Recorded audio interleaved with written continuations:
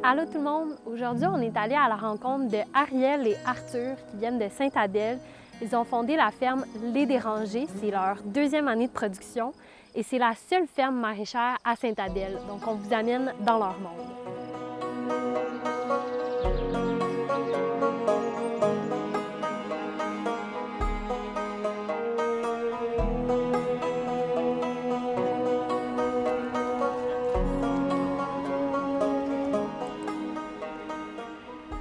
Allô, moi c'est Ariel Baudin. Et moi, c'est Arthur Gagnon. On a fondé la ferme Les Dérangés à Sainte-Adèle. Bienvenue chez nous.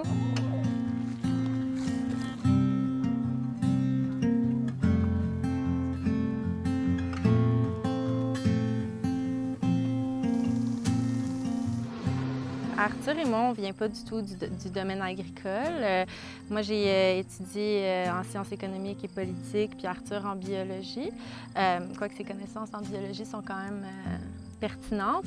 J'ai poursuivi le chemin après l'université. J'ai eu ma première job, puis je suis juste allée dans une voie, puis je me suis jamais arrêtée pour me poser la question si c'était vraiment ce que je voulais faire, est-ce que je me voyais faire ça encore 20, 30 ans. Puis même si j'aimais quand même ce que je faisais, c'était pas ma vision à long terme de ce que je recherchais dans la vie. On a eu notre premier jardin communautaire il y a 8 ans, puis ça nous a un petit peu donné l'envie.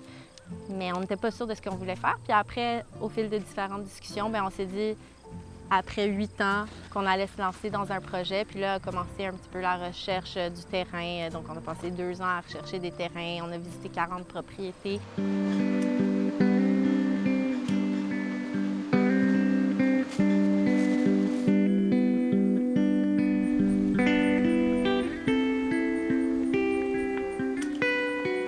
En serre, on utilise des variétés de tomates qu'on appelle indéterminées. C'est des variétés qui poussent dans les bonnes conditions presque à l'infini. Ce qu'on va faire, c'est qu'on va garder toujours la tête principale. Donc, on va enlever les drageons, communément aussi appelés gourmands, pour laisser vraiment juste l'emphase sur la tête principale qu'on attache comme ça.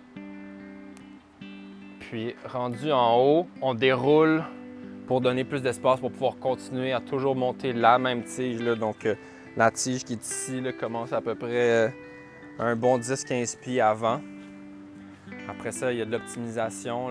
Chaque grappe de tomate a un nombre optimal. Il y a une fertilisation à faire à chaque 3 semaines. Il y a un réglage dans les arrosages en fonction de la luminosité. Il y a énormément de détails qui peuvent être mis de façon à vraiment optimiser la production des plants.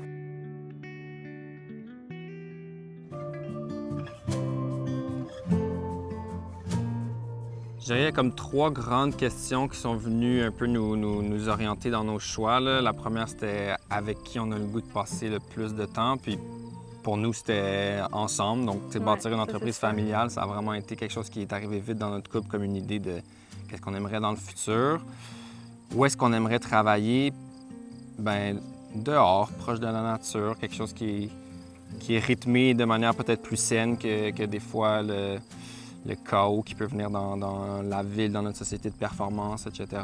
Puis, quelles sont les valeurs qu'on aimerait que notre travail évoque, donc des valeurs plus écologiques, sociales, communautaires, des choses qui je pense, nous parlaient tous les deux, puis dans lesquelles on trouvait un sens vraiment dans ce qu'on faisait. On est tombé sur cette propriété-là en 2018, justement, qui a été notre premier comme coup de cœur. On se voyait vraiment bien vivre ici parce qu'en fait, nous, on voulait partir un projet, mais on cherchait plus un espace de vie dans lequel on était capable de faire notre projet qu'un espace pour une ferme dans lequel on serait capable de faire une vie.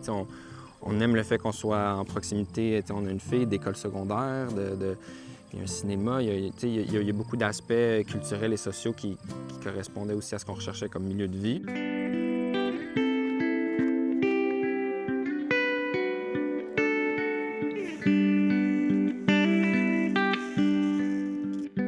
Par moments, il y a des moments de petit découragement, d'épuisement, de comme on s'en est vraiment mis beaucoup, mais après ça, on se ramène un peu à comme la vision, puis aussi réécouter les commentaires positifs des gens, puis tout ça, puis on se remotive, puis de toute façon, demain est là, demain.